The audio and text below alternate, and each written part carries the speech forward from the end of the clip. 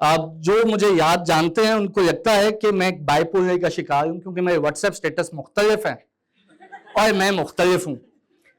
और ऐसा ही है क्योंकि आप लोग खुल के गिरिया कहने नहीं देते। आप कहते हैं खुदा की मर्जी, आप कहते हैं कि बेटा इतनी उम्र हो गई थी, जाना था। मेरा मुकान मुझसे छीन जाता है, आप मुझसे कहते हैं रो मत। जिसका घर उजड़ जाता है वो 10 साल का इंसाफ कैसे दे? 10 साल के सफर पे सवाल जवाब नहीं, तोहमतें, गिरिया और नुकसान होता। अगर आप महफिलों में हंस सकते हैं तो आप महफिलों में रो भी सकते हैं। अज़ियत एक बहुत ताकतवर चीज है, ये आपको बहुत वल्नरेबल कहती है, या आपको बहुत से तल्ख हकायक का सामना करवाती है। मुझे किसी वक्त में लगता था, आप अपने फतवे अपने पास रखिएगा, पर मुझे किसी वक्त में लगता था कि खुदा की इंसान पे अता यह है कि हम महसूस कर सकते हैं। एक दरवेश से आदमी गुजर रहा था तो उसने देखा रास्ते में एक गधा था जिसके जिस्म पे बहुत से जख्म थे और उसे मक्खियों ने ढांपा हुआ था। उस दरवेश से आदमी ने उसको उठाया, जख्म साफ किए, मरहम लगाई तो वो रोने लगा। उसने कहा क्या हुआ? उसने कहा जो तुमसे पहले थे, ये मक्खियां, ये जानवर, ये मुझे नोच चुके थे, मुझे खा चुके थे, अब इन्होंने मेरे जख्म को ढांपा हुआ है, तुमने छू के मेरा जख्म ताजा कर दिया, अब वो दोबारा आएंगे। मसला यह है कि जब मैं छोटा था मेरे अम्मी अबू लड़ाई करते थे, अब जबकि मैं 32-33 साल का हो गया, मुझे कहीं किसी के अम्मा अब्बा लड़ाई करते नजर आते हैं तो मैं दीवारों में छुपता हूं। आप कहते हैं इस पर बात ना करें। मैं जहां पे कोई नाइंसाफी देखता हूं मुझे आवाजें ऊंची होती दिखाई देती हैं, मुझे अपने बचपन की याद आती है। आप कहते हैं बात ना करें। किसी की मां को किसी के घर में कैंसर होता है, मुझे अपना कमरा नंबर 4 याद आता है। मुझे हर 19 अगस्त पे याद आता है कि मां मरे तो क्या होता है। मुझे मसला इस चीज का नहीं है कि हम खुदा के निजाम में मुदाखलत करें, मुझे तो ये शिकवा है कि आप खुल के रोने भी नहीं देते। वो जो कहता था कुछ नहीं होता, अब वो रोता है चुप नहीं होता। कहीं 2 टकिया की नौकरी में लाखों का सावन जाए। एक बहुत कंफ्यूज्ड कॉन्सेप्ट है हीलिंग का। आपको लगता है कि हीलिंग एक ऐसा सर का दर्द है जिसे 2 पैरासीटामोल की गोलियां खा के खत्म किया जाता है। ये तो वो सामान है जो मां की पेटी से हर गर्मी और हर सर्दी में निकलता है। आप में से जो लोग खेलते हैं उन्हें पता है कि जब आप खेल के एक मुकाम से दूसरे मुकाम पे जाते हैं और आपको चोट लगती है तो उस समय आपको इल्म नहीं होता। जब जख्म ठंडा होता है, रात गहरी होती है, तो वो जख्म नासूर बनता है। फिर रात को 3 बजे घड़ी की टिक टिक क्यों नहीं सोने देती? आप कहते हैं बात ना करें। एक रब डाडा तो तुसी डाडे। दूसरी चीज है थेरेपी।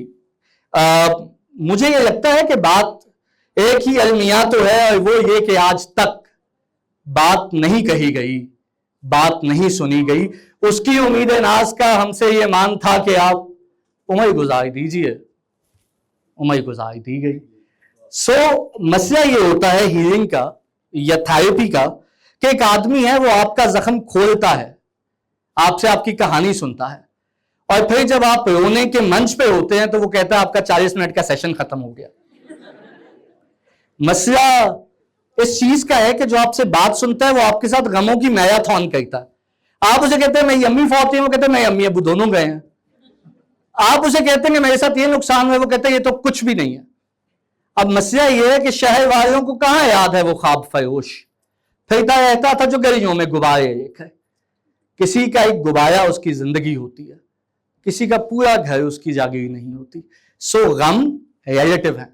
जैसे आपको 16 में सर्दी, मुझे 16 में गर्मी लगती है, वैसे आपको मौत कम तंग करती है, मुझे ज्यादा करती है। अनएड्रेस्ड ट्रॉमास, ये अनएड्रेस्ड ट्रॉमा उन चोटों की तरह होते हैं जो बचपन में लगी होती हैं, जो पंबीरी टीका होता है। आपको बहुत बाद में पता लगता है कि ये क्या हुआ था। ये वो जख्म है जब आप 22, 23, 30, 32 की उम्र में आते हैं तो निकल के आते हैं। आपको जो क्लास में पहली टोक लगी होती है उसने आपका कॉन्फिडेंस नाश्ते में खाया होता है। वो जो पहले दोस्त ने आपको कहा होता है तो कुछ नहीं कह सकता, वो घर जाके सो जाता है, आपकी कई रातों की नींदें तबाह हो जाती हैं। मसला ये है कि जो आपका सर फाड़े आप उसका सर फाड़ देते हैं, जो आपका दिमाग मारे आप उसको कुछ नहीं कहते। आपको हर व्हाट्सएप स्टेटस देख के लगता है कि मुझ पे लिखे, आप उसे कहेंगे कुछ नहीं। आप उस आदमी के बारे में लिखेंगे, मिटाएंगे, आप कॉपियों में लिखेंगे, आप मिटाएंगे, आप क्यों नहीं जाके कहते? मैं किसी बीच के रास्ते से नहीं पहुंचा यहां, हासिदों से ये गुजारिश है इजाजत समझे। आप लोग कहते हैं जी ये फलां का जानने वाला था इसलिए यहां पहुंच गया। भाई जो पहुंचते हैं उनके पांव के अंदर लगे जख्म ये बताते हैं कि वो सफर तय करके आए हैं। साफ पैरों के साथ मंजिल का तयन नहीं होता, मंजिल एक मर्तबा है।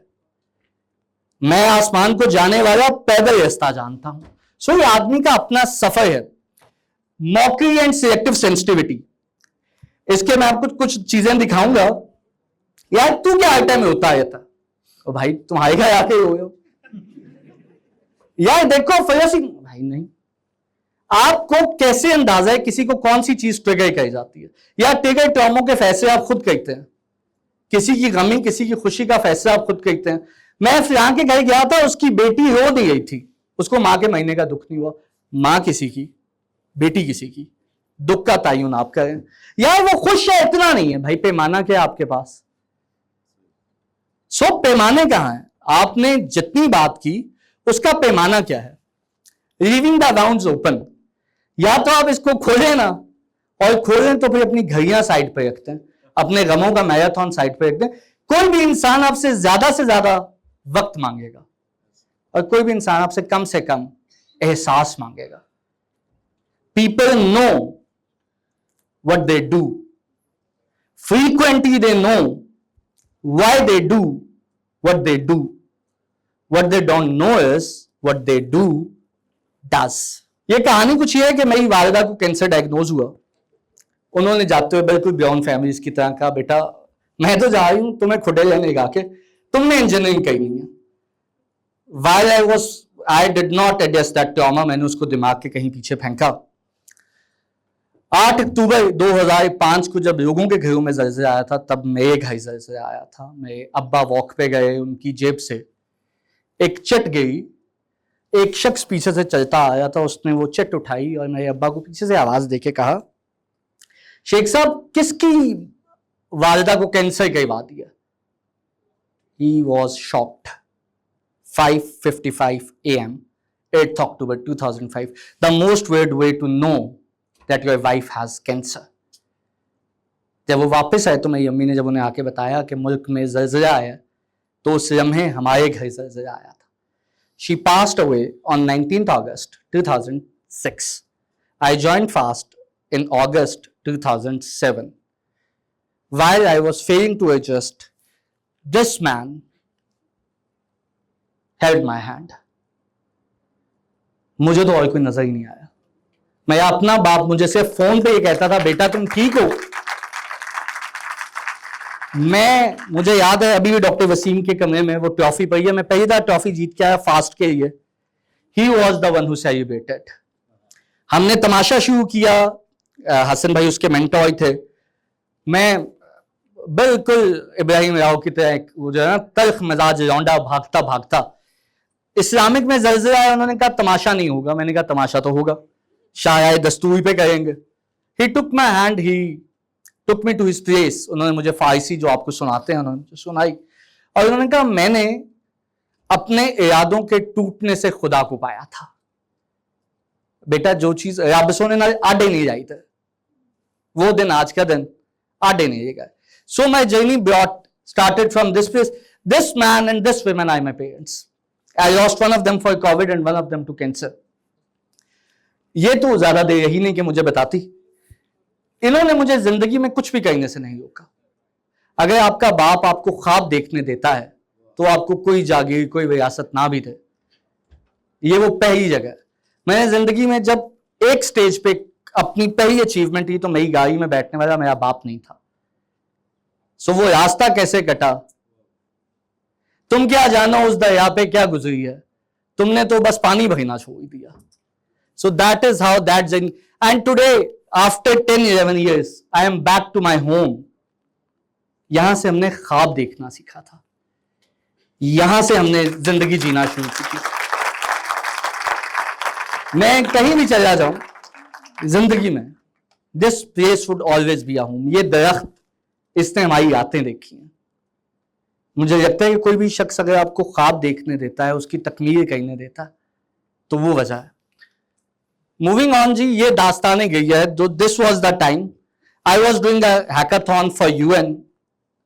My father was diagnosed with Covid. By the time हमें पता चला तो बहुत देर हो गई। मैं साल में ये मेरा जून से शुरू करता हूं कि 4 जून को मेरे भाई की तबीयत कुछ बेहतर हुई तो अब्बा को कोविड के आसार आना शुरू हो गए। 9 जून को हमें पता चला कि उन्हें कोविड है। 12 जून को हमें इस मुल्क के खुदादाद में कहीं से ऑक्सीजन नहीं मिली। हम कब अबवा अस्पताल गए, कब हमने देखा कि हमारे साथ क्या हुआ है, कब हमें लगा कि हम अछूत हैं इस मुल्क के खुदादाद में, कि उन्होंने कहा बॉडी वापस नहीं लेके जा सकते। I was getting calls from people that I love कि भाई तुम कहां गायब हो। तो मैंने उन्हें कहा 2 दिन दे दो, मेरे बाप का मुझ पर इतना तो हक है। मेरे बहन भाई वापस ना आ सके क्योंकि बॉर्डर और जहाजों का अपना बंदोबस्त था। हम 4 बहन भाई सीने लग के 6 महीने ना रो सके क्योंकि हमारे माँ बाप साझे थे। मगर सबसे तकलीफदेह बात यह थी कि जब मेरे अब्बा का इंतकाल हुआ तो उन्होंने कहा बॉडी ताबूत में वापस जाएगी, और हुकूमत पाकिस्तान ने कहा जनाजा यूं नहीं यूं होगा। WHO कहता है कि जनाजे से, गुस्ल से ये फैलता है। लोग उसके बाद अपने घरों में सो गए, सब खत्म हो गया। मैं 15 जून 2020 पे अब तक बैठा हूं और मैं इस गिरिये का जश्न मनाता हूं कि आपको पता चलता है कि लोग कितने बेहिस हो सकते हैं, क्योंकि लोगों का एक तरीकाकार है, वो आके पूछते हैं क्या हुआ था और हम चाबी की तरह बताते हैं अब ये हुआ था, अब ये हुआ था, अब ये हुआ था। और फिर समवन बिकम सो इनसेंसिटिव कि कहते हैं तुसी अपने प्यो दा ध्यान नहीं रखिया, तुसी प्यो मां आई था। And people get away with it, we don't. ये 2024 है। मुझे रात गए एक वीडियो कॉल आती है, मैं नहीं सुन पाता। बार बार आती है यूके के नंबर से, मैं नंबर ही नहीं जानता, मैं नहीं उठाता। सुबह 8 बजे मुझे हैदर इमाम डाई की कॉल आती है, वो कहते हैं कि यूके से एक पुरवा है जो आपसे बात करना चाहती है। मैं कॉल उठाता हूं तो पुरवा कहती है मेरे अब्बा चले गए, हैदर भाई मैं यतीम हो गई। आपने जितना लिखा है वो मेरे पास मौजूद है, मगर मुझे जो भी कुछ कहे मुझे यकीन नहीं आता। मुझे बताएं कि क्या मैं यतीम हो गई। बाज़ औकात जो आपको पढ़ रहे होते हैं वो आपसे जुड़े हुए होते हैं। ये कैसे मुमकिन है कि आप बच्चों की सालगिरहों पे लंबे लंबे नोट लिखें? क्या आपने कभी सोचा कि जब आप मदर्स डे पे अपनी अम्मी के साथ तस्वीरें लगाते हैं तो हम कहां जाते हैं? क्या आपने ये सोचा कि जब आप फादर्स डे के साथ तस्वीरें लगाते हैं तो हम सोचते हैं कि हम तो कोई तस्वीर भी नहीं ले सके, क्योंकि हम मिडिल क्लासियों का मसला ये कि बाप को गले लगाएं तो उसे लगता है पता नहीं आज क्या हो गया, कोई काम होगा। आपने सोचा है कि आप कितने कन्वीनियंट आगे कहते हैं अच्छा माशाल्लाह 10 साल हो गए शादी को, बच्चा कोई नहीं है। आप कितने कन्वीनियंट ही कहते हैं अच्छा किसी डॉक्टर के पास जाओ। आपको नहीं एहसास कि उस औरत पे क्या गुजरी होगी, उस शख्स पे क्या गुजरी होगी। क्या आपके नजदीक कामयाब ताल्लुक का, कामयाब जिंदगी का इस्तेआरा यह है कि बच्चे पैदा करो एक ऐसे ताफुन ज़दा मुआशरे में रहे जहां सांस लेने की इजाजत नहीं है? कुछ सोचिए।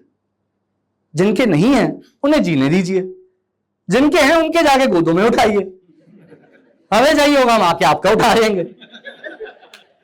अब ज़ैबिस टालोंग हम बताएंगे कहानी क्या होती है। This is one of the very favourite visual that I have. This was the time when I was told कि सुबह 8 बजे से पहले तदफीन करनी है क्योंकि उसके बाद कुछ नहीं बचेगा। My wife was my rock sport. मैंने उससे कहा कि मैंने खुदकुशी करनी है, उसने कहा ठीक है बिरयानी खा के सोचो सुबह खा लेना। उसने एक दफा मुझे नहीं कहा तुम ऐसा क्यों महसूस करते हो। मैं हंसा तो मेरे साथ हंसी, मैं रोया तो उसने मुझे सीने लगा के बताया कि रोना मर्दों का हक है। मुझे कोई किताब तो दिखाएं कि आप बताएं कि जी ग्रीफ इज जेंडर न्यूट्रल, औरत हो सकती है मर्द नहीं हो सकता। आप लोगों ने पैराडाइम्स बना लिए। आपने मुझे कहा अच्छा 3 साल हो गए अब अब्बू का जाना जस्टिफाइड है, अब ओके हो जाओ। मैंने कहा अब्बू की बेकअप पार्टी थ्रो कर ही देता हूं, किसी हाल में तो आप मुझे जीने दें। So this is life, face it और फेड विद इट। कभी कभी ना टाइम रिलेटिव हो जाता है, जैसे बोलने वाले को नहीं पता होता सुनने वालों की जान निकल जाती है, बिकॉज टाइम इज रिलेटिव।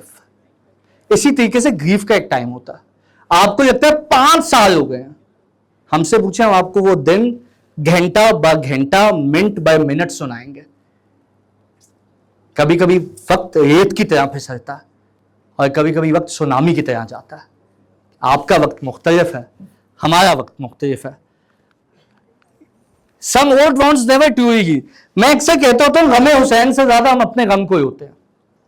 किसी का कोई मर जाए तो हमें होना शुरू कर देते हैं, बैन कही थी और इतने रौनकें हैं मौत की।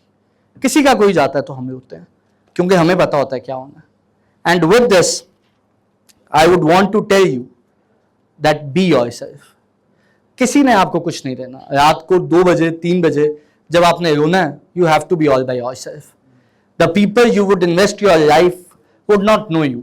The people you gave life to would not look back at you. The most beautiful thing I know is life of a Pi. Richard Parker जब आता है ना और वो शेर चला जाता है जिसको वो बचाता है, तो कहते हैं the most painful part is Richard Parker did not look back and say goodbye. The people you would give your life to would not even say thank you, regardless how many times you text them in the midnight. कभी कभी लोगों को लगता है जो आप कर रहे हैं वो उनका हक है, और हक किसी का नहीं होता। With this I want to thank you ji for giving me time and being here. जज़ाकल्लाह खैर।